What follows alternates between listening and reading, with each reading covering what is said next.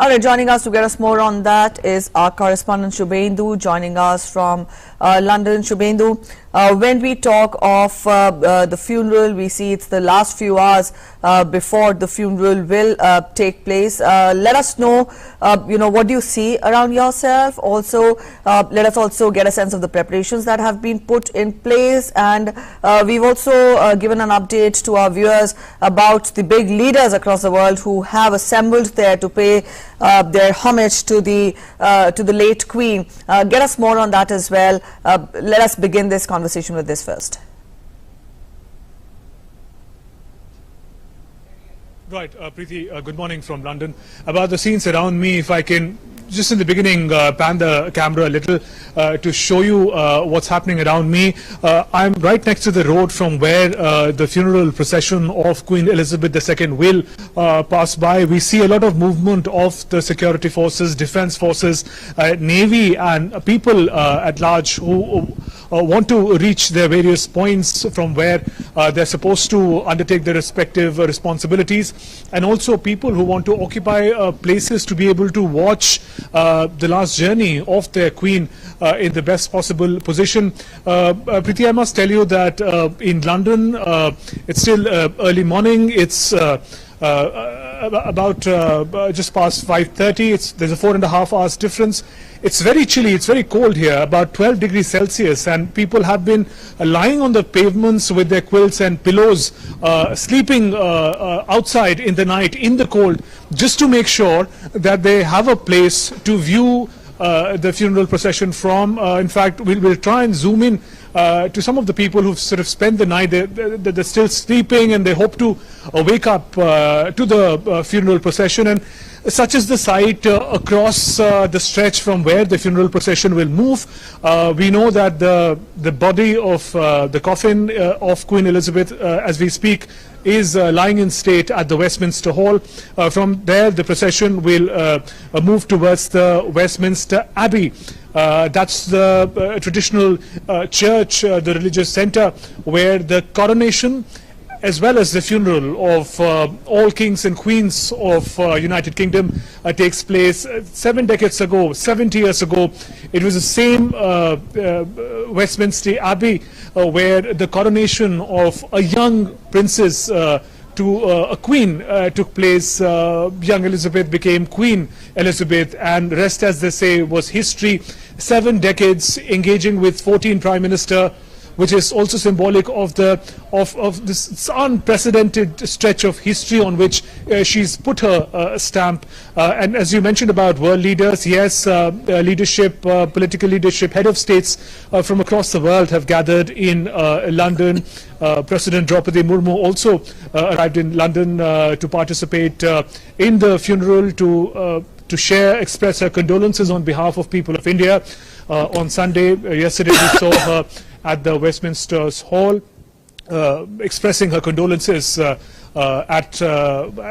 the coffin of the Queen lying in state. Later in the evening on Sunday, she also participated in a reception hosted by the new King, King Charles III, for all the world leaders who had gathered. There was a reception and the leaders engaged with one another, talking about the legacy of the Queen.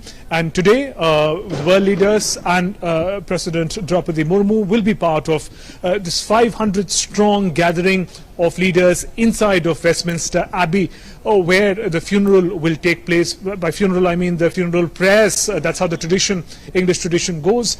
And she'll participate in it. About an hour-long funeral program.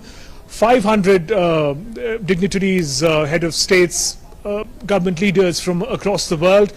In all, the capacity is about 2,000 of this ancient 1,000-year-old abbey, of which 500 would be leaders from different parts of the world. An hour-long ceremony.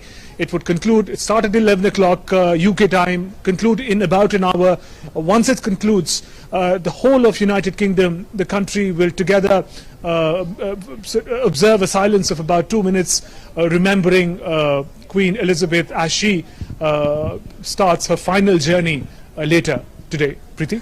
Okay, Shubhendu, when we're talking of, the final journey, you've also told us about the world leaders, and also President Murmu is there in London to pay, homage to the departed leader, to the departed monarch, in fact. Let us also understand from you, now this is the first foreign foreign official tour of the president after she assumes office here in India, and the very idea of being and acknowledging her presence in London. What more does it show about India-Britain relations? Also, we've had a report from you, wherein people talked of how India-Britain ties have flourished over the years.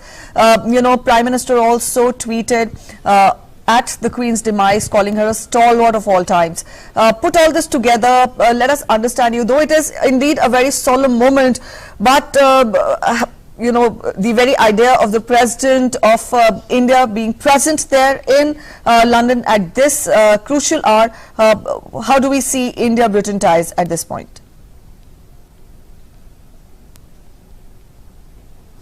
Absolutely. Preeti, you rightly mentioned this is President Droupadi Murmu's first foreign visit, and it's taking place, she's here in United Kingdom to express the solidarity of the people of India for the people of the United Kingdom who are experiencing, who are observing a period of grief at the demise of Queen Elizabeth. It's profoundly important and symbolically significant that President Murmu is here on this very, very important day for the people of United Kingdom. It speaks volumes about the close ties that today the two countries share. There's a thriving Indian diaspora, people of Indian origin. There are a lot of Indian students, professionals who come and work in the United Kingdom. Many have made United Kingdom their home. So in that sense, the people-to-people exchanges, the closeness is more engaging, more intense than ever before. It is interesting that India and United Kingdom also have had a colonial history. India is celebrating 75 years of independence from it. But today perhaps is the day when both the countries now look to the future of engagement, future of partnership, future of more closer emotional engagement and ties between the peoples of the two countries. As nations, we share, United Kingdom and India share very comprehensive strategic partnership. There is very important defense engagement as well. The free trade agreement is in the talks. So we see in diverse aspects, United Kingdom and India have come together, and the presence of President Droupadi Murmu and her expression of condolences on behalf of billions of Indians for the people of United Kingdom, for the royal family, is profoundly meaningful, and also a beautiful expression on how the two partners stand by one another in this historic hour of grief. All right, Shubhendu, also you tell us that after the prayers, after the funeral, there will be 2-minute silence which will be observed across Britain. Can we also get more as to what procedure is followed after this?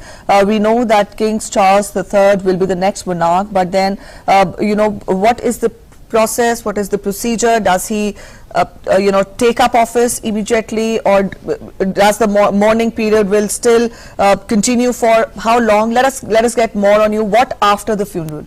Good.